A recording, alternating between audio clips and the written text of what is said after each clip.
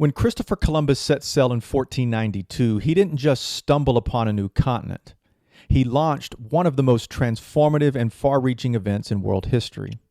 This wasn't just an exploration, it was an exchange that would change the Americas, Europe, Africa, and the course of human civilization. In today's video, we're going to be looking at the Columbian Exchange, what it was, what caused it, and how it shaped the world we know today. Let's get started.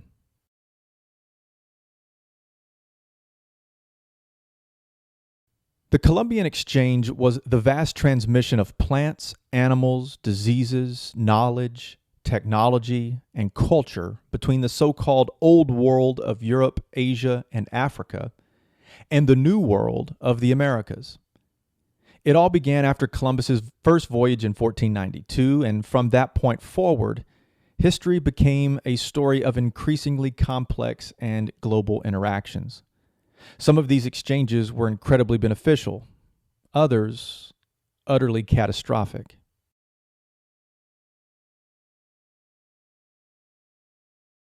Let's look at how this exchange became possible by examining three key forces: maritime technology, joint stock companies, and the theory of mercantilism.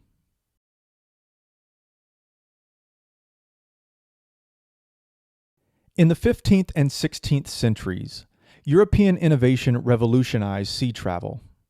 Advances in maritime technology, which we looked at in the previous video, made long voyages more feasible and more accurate. With better tools and better ships, crossing the Atlantic became not just possible, but profitable.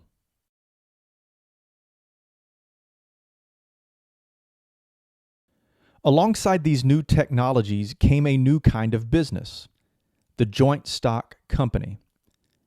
These were early corporations where people could invest by buying shares.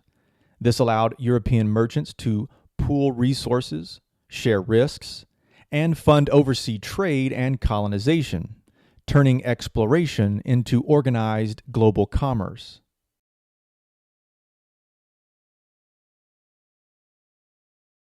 Underlying all of this was a powerful economic theory, mercantilism. This idea held that a country's power depended on its wealth, especially in gold and silver, and that maintaining a favorable balance of trade, in other words, exporting more than you import, was essential. To do this, European nations aggressively sought colonies. Colonies meant resources. Resources meant wealth, and wealth meant power. So what happened after these worlds collided? Let's break it down by region: Europe, the Americas, and Africa.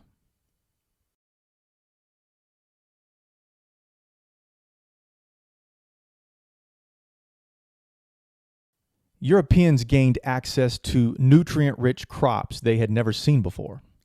Crops like the white potato and maize became staples, feeding millions and driving population growth across the continent. Even more transformative, the influx of mineral wealth, especially gold and silver from the Americas, helped Europe transition from a feudal economy to early capitalism. But for the native peoples of the Americas, the story was far more tragic. The most devastating import from Europe wasn't a crop or a tool, it was disease. Smallpox, measles, the bubonic plague, chickenpox, and influenza tore through these indigenous communities.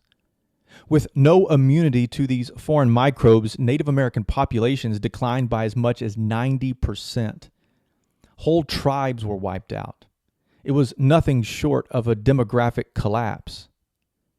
Europeans also brought livestock: horses, sheep, pigs, cattle, and chickens, animals that had never existed in the New World. For Native American cultures, these imports were a mixed bag. On one hand, horses transformed life on the plains, creating a new kind of mobility and hunting culture. Some groups adopted pigs and poultry as a part of their daily life. On the other hand, European livestock were often allowed to roam freely, trampling native crops, damaging ecosystems, and even helping to spread disease. Additionally, Europeans introduced new crops like rice, wheat, oats, sugarcane, bananas, onions, peaches, and watermelons, radically reshaping the American diet and agricultural systems.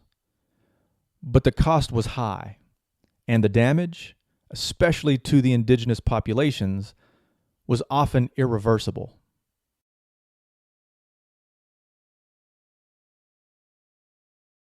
Africa, too, was drawn into this growing web of exchange, but in a way that would have lasting and tragic consequences. As disease decimated Native American populations, European colonists faced a labor shortage. Their solution? The Atlantic slave trade. Millions of Africans were forcibly taken from their homelands, shipped across the ocean, and enslaved in the Americas to work on plantations and in mines. Africa's role in the Columbian exchange was marked not by crops or livestock, but by the horrific rise of human trafficking on a massive scale.